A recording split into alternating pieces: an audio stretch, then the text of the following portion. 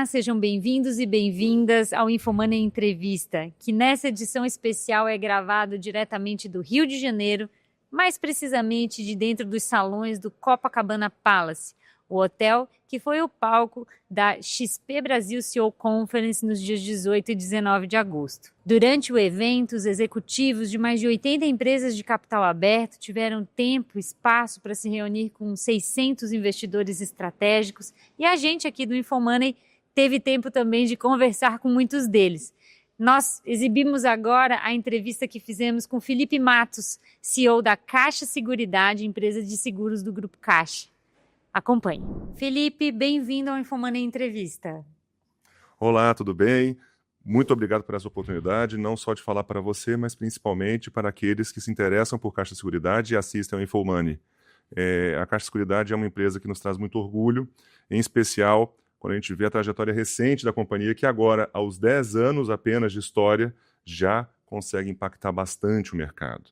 E vir falar um pouco de Caixa Seguridade, para mim, tem uma importância muito grande.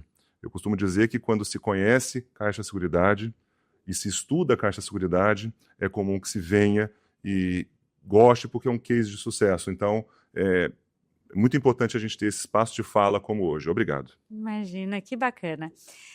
Felipe, o senhor está gastando sola de sapato, como dizem, né, nesses 2 anos como CEO da Caixa Seguridade, para fazer a empresa justamente se tornar mais conhecida entre investidores, especialmente institucionais, já que entre os investidores pessoas físicas, a empresa já é uma das queridinhas, né, da Bolsa. Por que isso é importante? É extremamente importante, na verdade. Como trouxe na introdução, ao se conhecer a Caixa Seguridade, se investe em Caixa Seguridade. Por quê? Nós somos uma empresa em que pese jovem, muito rentável, eficiente, uma devolução muito grande de valor ao acionista e também, quando se para ver, com negócios conservadores e previsíveis. Ou seja, ao se estudar, ao analisar os nossos dados e ver os nossos ramos de atuação, fica fácil para se entender o nosso negócio.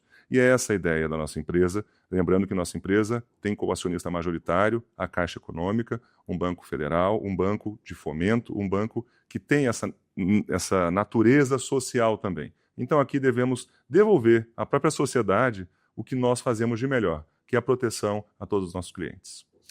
Perfeito. E eu li uma entrevista sua recentemente citando uma estatística que eu achei ótima, que você precisa fazer 4 reuniões com o investidor institucional até que ele se convença, né, a investir. Eu queria saber se essa estatística aqui tem base factual, de fato, empírica, da sua experiência aí recente. Essa meu pessoal do financeiro não gosta muito de utilizar, mas eu posso dizer de forma empírica, de fato, em especial quando se fala de investidor estrangeiro.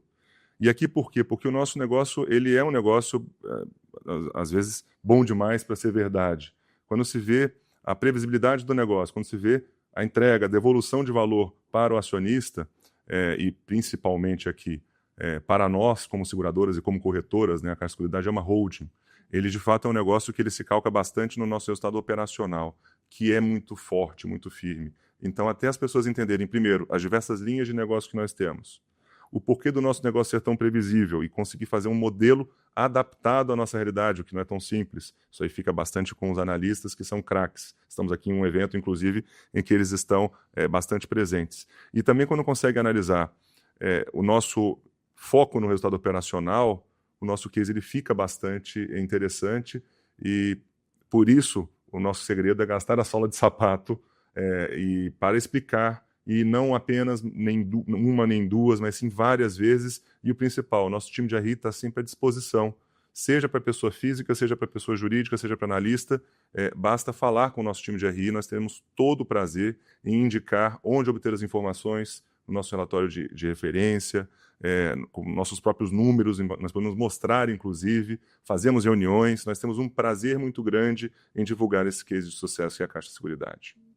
Você mencionou o resultado operacional da Caixa Seguridade, eu queria entrar um pouco nessa composição, né, de resultado da empresa, porque num país com juros altos, como é o caso do Brasil, né, é de se esperar que o resultado financeiro de uma seguradora seja eventualmente até predominante, né, porque o float ali fica rendendo os juros muito altos. Mas no caso da Caixa Seguridade, tem um equilíbrio que pende até mais para o operacional do que propriamente para o financeiro. Eu queria entender o que existe de específico no caso da empresa. Essa questão ela se reflete principalmente, como falei na pergunta anterior, no investidor, né? O investidor estrangeiro, principalmente, americano, europeu, ele sempre olha e não entende como que o resultado financeiro não é o preponderante, o predominante. A verdade é que nós somos muito eficientes no operacional. Então, hoje, por exemplo, a nossa proporção está em 32%, mais ou menos 32% o resultado financeiro. Um pouco mais alto, porque a Selic vem aumentando, então é natural que isso aconteça. Mas ainda assim, os 68% do operacional eles são muito relevantes. Por quê? Aqui atuamos em corretagem, em seguros de longo prazo e com emissão de prêmio constante e com uma característica de empilhamento, o habitacional, prestamista, que é uma linha bastante procurada, o próprio residencial acoplado àquele o habitacional também, mas não ficamos apenas nessas linhas, nós temos também a própria previdência complementar, quando a gente fala em acumulação, capitalização, consórcio, e nós temos também uma empresa que nos serve a todas as empresas do grupo na assistência. Então nós optamos por criar uma empresa específica de assistência, que não apenas está acoplada a um seguro, a um produto principal, mas em que ela é a natureza de existir para tratar esses produtos de assistência. Por exemplo, quando você chama um guincho para o seu seguro alto, na verdade, você não está acionando o seguro, você está acionando uma assistência vinculada àquele seguro. Quando você aciona o encanador na sua casa, você não está acionando o seguro residencial, mas sim uma assistência acoplada. Nós temos a própria empresa de assistência também para prestar serviços, não apenas para as nossas empresas conglomerado, mas também para o consumidor final. Então, você atribui a essa diversificação de atividades o fato de o operacional ser preponderante em relação ao financeiro? Sim, sem dúvida. E vamos lembrar também que nós temos negócios com baixa exposição a risco, quando a gente compara com outras seguradoras. Por exemplo, o habitacional ele é muito mais conservador do que um seguro auto ou rural, por exemplo, quando você compara a própria sinistralidade. Ao mesmo residencial, o vida, nós não temos produtos com seguro de crédito, e sim de pessoas. Então, a nossa opção, nós não fazemos, por exemplo, com escala, fazemos mais em co-corretagem, grandes riscos. Então, ou saúde, por exemplo. Então, por isso, o nosso resultado operacional vem de uma eficiência muito grande, de uma previsibilidade, de uma sinistralidade mais controlada ou controlável do que uma seguradora que teria um portfólio talvez mais amplo ou mais focado nesse seguro de maior volatilidade ou exposição. Felipe, o carro-chefe da área de seguros da Caixa Seguridade são os seguros habitacionais, como o senhor mencionou, que são vendidos já acoplados ali aos financiamentos imobiliários, ou seja, né, uma parcela significativa do resultado da Caixa Seguridade depende do andamento, né, do mercado imobiliário, né, do segmento de mercado imobiliário, que teve um primeiro semestre mais fraco do que havia sido o segundo semestre de 2024. Qual que é a expectativa de vocês para o segundo semestre de 2025, considerando que a gente ainda tem juros altos por mais um tempinho ainda no país? No habitacional, como você mesmo trouxe, a gente está acoplado à própria estratégia e forma de trabalho da Caixa. A Caixa que é conhecida com muito orgulho como o banco da habitação, né? E nós, como bancassurance da Caixa, também temos como um grande foco ser a seguradora que atende a essa necessidade da população do habitacional. A Caixa vem demonstrando isso desde o ano passado, quando apresentou o resultado e as projeções para este ano, que ela pretende manter a carteira habitacional num ritmo de crescimento como ela já vinha tendo até então. E nós sabemos que a Caixa trabalha com um orçamento bastante robusto, afinal de contas, ela mantém um share aí de quase 70% em vendas novas de habitacional. Então, para nós, a Caixa Seguridade, tanto é que nós já trouxemos agora os números do primeiro semestre, a expectativa é muito boa e nós já tivemos um crescimento habitacional de 12%. Então, estaremos sempre acoplados diretamente à estratégia da Caixa e eu não vejo, ao menos, nenhum guidance distinto em relação ao que nós já tivemos tanto no ano passado quanto já verificamos no primeiro semestre deste ano. Lembrando que a Caixa ainda vai divulgar seus resultados e aí sim teremos a notícia sobre como foi ou como será a própria expectativa também, de acordo com o que o banco trouxer sobre o habitacional. No seguro prestamista houve um pequeno recuo, né, nesse último trimestre, aí o que foram os pontos mais importantes para esse movimento? Aqui vale até trazer uma lembrança da nossa relação com o próprio investidor. A gente teve um terceiro trimestre do ano passado muito forte em prestamista, e ali a gente já começou a avisar. Nós esperamos para o próximo TRI um pouso, algo mais devagar. Porque a gente já via um patamar de Selic mais elevado, a gente sabe que é muito difícil com um patamar de Selic como estamos vivenciando hoje, a renda da população e as necessidades da população, a renda comprime mais e as necessidades ficam também mais difíceis de atendimento. Então a gente começou a ver um cenário de mais dificuldade, seja para a concessão do crédito, seja para se inserir a jornada do prestamista no crédito concedido. Vamos lembrar aqui que nós, assim como a Caixa, na verdade, a Caixa nos traz isso e nós aderimos 100% a essa estratégia, nós temos a centralidade do cliente no tratamento. Então, se o cliente de fato necessita de um prestamista, mas às vezes não comporta na sua renda, a gente tenta oferecer uma solução mista, talvez não do crédito inteiro, ou então uma solução melhor por meio da própria venda de rede de vendas da Caixa. Então, o primeiro ponto é esse. A Selic mais alta, uma maior dificuldade seja pela compressão da renda do trabalhador. Assim como todo o mercado, nós sofremos. Houve alguns fatos, por exemplo, até o próprio convênio consignado do INSS, que foi um período suspenso. Tem a questão também de exposição dos setores que emprestam para o agro também. Teve, digamos que a carteira não teve a progressão também que vinha tendo em períodos recentes. E aqui eu não posso falar pelo banco, eu digo pelo que a gente consegue entender. Mas eu posso trazer dois dados. Nós estamos retomando uma produção. Aqui o gap já existente no primeiro semestre, ele não vai ser completamente encerrado. Nós não chegaremos ao final do ano dizendo que, olha, foi péssimo o primeiro semestre, mas o segundo vai compensar o primeiro, não se trata disso. Mas eu posso dizer que a gente vai convergindo até o final do ano para uma estratégia em que a gente vai retomar esse campo, mas não será fácil, porque a gente não tem um cenário tão tranquilo. Aguardamos aí um melhor momento, mas sempre de acordo com a necessidade do cliente. Porque não adianta de nada nós termos uma venda que não represente uma necessidade para o cliente ou que não represente em uma nova contratação, um retorno desse cliente. A ideia da Caixa como um todo, com a centralidade do cliente, ser também o banco daquele cliente, o banco central daquele cliente, o banco principal daquele cliente. E nós estamos convencidos, como Caixa Seguridade, que a nossa estratégia tem que ser cada vez mais aderente à estratégia da Caixa, para que a gente consiga manter esse cliente dentro do nosso ecossistema. Isso passa por identificar a necessidade dele, fazer o produto adequado à necessidade e saber vender o produto que aquele cliente necessita para exatamente ele, e não para qualquer outro cliente. Certo. Agora, quando a gente olha para essas outras linhas de negócio que você já mencionou, você falou de capitalização, de consórcio, são linhas que têm ganhado tração, né, no resultado da Caixa Seguridade e no mercado como um todo, né? Consórcios, por exemplo, são um tema que recorrentemente tem aparecido aí, né, nas estatísticas de crescimento muito acelerado. Queria entender como é que esses segmentos, né, se encaixam dentro da estratégia da Caixa, o que vocês veem de perspectiva e também de razões, né, até para esse crescimento mais acelerado agora ao longo do primeiro semestre. A primeira questão, vale lembrar aqui, nós temos tanto em capitalização quanto em consórcio, duas empresas com uma nova estratégia, elas são empresas novas. A partir de 2021, nós criamos do zero, sem sequer trazer o legado, a carteira anterior do que nós tínhamos de produtos e de empresas.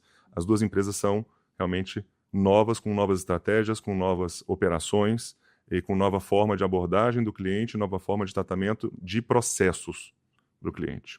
Então, em que pese sejam jovens, elas estão crescendo em cima de uma base pequena, mas crescendo de forma muito robusta. Capitalização está com um crescimento muito robusto, como você trouxe, assim como boa parte do mercado, mas ele vem como boa parte de uma estratégia que nós adotamos já no ano passado e estamos amplificando cada vez mais, que é o foco na venda do produto de pagamento mensal. esse produto ele traz uma solidez para a nossa carteira, uma constância para a nossa carteira muito maior e traz uma percepção para o cliente da existência daquele produto. Ele lembra daquele produto, ele passa todos os meses ali para verificar se participou e ganhou, foi contemplado lá no sorteio ou não. Então, essa forma de recorrência de pagamento, ela é importante não apenas para nós, mas para o cliente, para trazer um valor do produto para esse cliente. Isso em capitalização. Então, isso mostra já que a nossa estratégia foi acertada ao assim direcionarmos ano passado. Já chegou este ano um resultado bastante interessante dessa nossa alteração de política. Pagamento mensal em detrimento do pagamento único. Já em consórcio, aqui um dado relevantíssimo, se a gente compara segundo TRI de 24 com segundo TRI de 25, 41% de crescimento, com uma carteira nesse semestre aqui de venda predominantemente mais de 73% em consórcio de habitação, de imobiliário. Então, a carteira com ticket médio mais alto, carteira jovem, mas com ticket médio mais alto, mais de 600 milhões de prêmios entregues, bens entregues este ano, este semestre já. Então, consórcio, lógico, ela se beneficia de um momento mais difícil, Selic mais alta, não apenas nós crescemos, mas crescemos acima do mercado, com base em um trabalho sólido, com base em foco mais no habitacional, e vamos lembrar, também com uma aderência à estratégia habitacional Caixa, que é o Banco da Habitação. Então, quando a gente para pensar no consórcio, ele é mais uma opção para o cliente que busca habitação, para que ele possa verificar se esse produto é ou não aderente a ele. Então, nós tratamos o consórcio como uma forma a mais de atender os nossos clientes. E tem sido um sucesso. Pois é.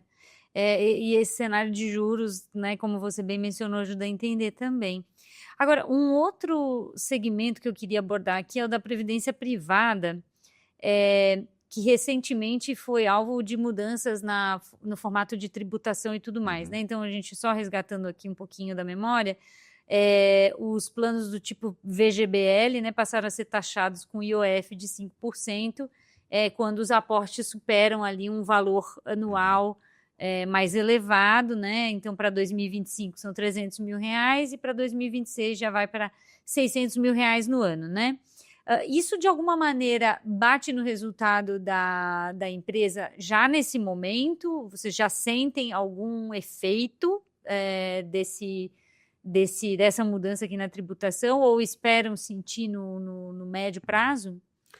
Primeiramente, quando a gente fala de IOF, ele é um tributo que impacta no VGBL, que é o nosso produto de maior venda, mais de 90% nós vendemos em VGBL. Só que ele impacta de forma igual a todo o mercado, não apenas a nós, Caixa Seguridade. E aqui, o principal é que nós temos que nos adaptar a essa política. E a Caixa Seguridade vem se adaptando desde o início, de forma muito rápida.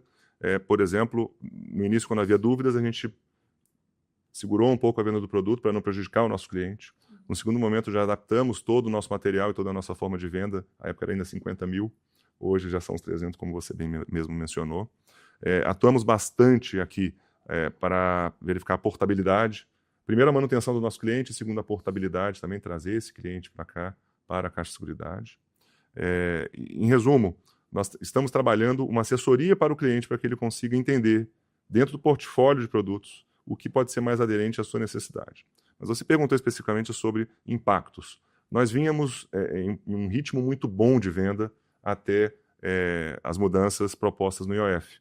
Elas, por óbvio, trouxeram um ressalto a todo o mercado. A dúvida, afinal, gera, né, essa incerteza quanto à contratação imediata ou não. E, após isso, nós retomamos um bom fluxo de pagamentos. Se haver algum impacto, ainda está muito cedo para verificarmos. Mas sim, a grande vantagem que nós temos aqui, Caixa Seguridade, em que se fala muito sobre o público Caixa e qual a aptidão desse público Caixa para produtos. E aqui eu trago que, justamente pelo nosso público, pela característica do público Caixa, que é aqueles que nós temos orgulho para vender produtos, nós devemos ser menos impactados do que o restante do mercado ou os big players de mercado. Mas a certeza é que o nosso trabalho vai ser de explicar ao cliente o que é melhor e qual o momento melhor, qual a melhor forma de fazer, qual a melhor forma de se planejar, porque o produto Previdência não é para hoje. Na verdade, a gente tem que pensar no longo prazo para esse cliente. Como que ele melhor se planeja para quando da sua necessidade, uma aposentadoria ou em algum evento com a família, para receber os recursos tão importantes e necessários a uma família. Mas não sei se eu entendi. Por que é que você considera que Caixa Seguridade deve ser menos impactada por isso do que outros players? Os nossos aportes médios são menores. Menores, São mais claro, baixos, justamente perfeito. pela característica de renda Sim, dos nossos clientes. perfeito, entendi. Agora, falando um pouquinho de mercado, Felipe, a Caixa Seguridade conseguiu fazer um follow-on bilionário, né, nesse primeiro semestre, num momento em que poucas empresas têm acessado, né, o mercado em função das condições macroeconômicas e tudo mais.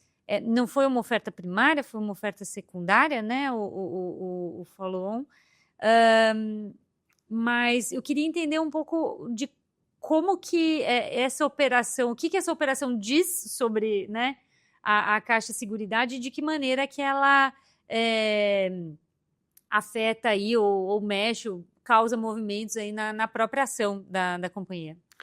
Primeiramente, em relação ao follow-on, eu sou aqui, na verdade, o presidente da companhia que foi vendida uma parte, né? Então, a ação ela é sempre uma decisão de venda, manutenção ou compra, sempre do acionista controlador, que é a Caixa ou a União, em última análise, né? Então, aqui eu falo mais como presidente da própria companhia. E, nesse ponto, o presidente Carlos, ele sempre, quando detectou essa questão, quando levamos a ele encampou a ideia e levou junto também ao Ministério da Fazenda a necessidade de nós, Caixa de Seguridade, nos mantermos no novo mercado da B3. Então, você me pergunta o que nos levou, respeito ao nosso acionista.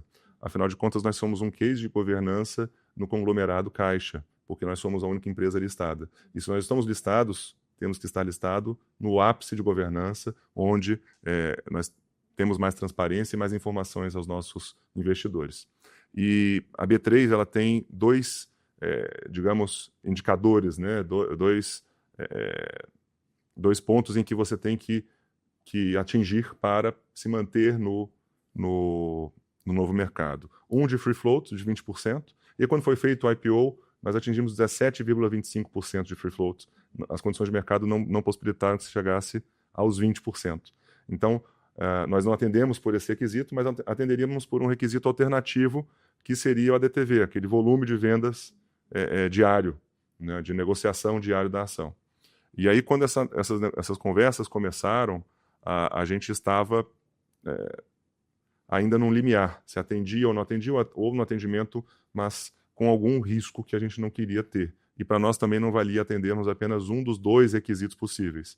Não valia um requisito secundário, e sim atendermos todo o compliance que era necessário à B3, porque nós sabemos que maior base de acionistas, maior liquidez, a tendência é que seja mais líquida, e mais pessoas possam entrar na nossa ação. Então, nós fizemos, foi feito na época o follow-on, para que a gente pudesse atender, e por isso que não foi 20,1% de free float, foi exatamente os 20% de free float, então a necessidade de atingimento nesse percentual. Nós somos um ativo muito importante para a Caixa e muito rentável, então a Caixa, por óbvio, entendeu, ela chegou a esse número de 20% como um número adequado, mas partiu de uma premissa de atendimento a uma regra da B3.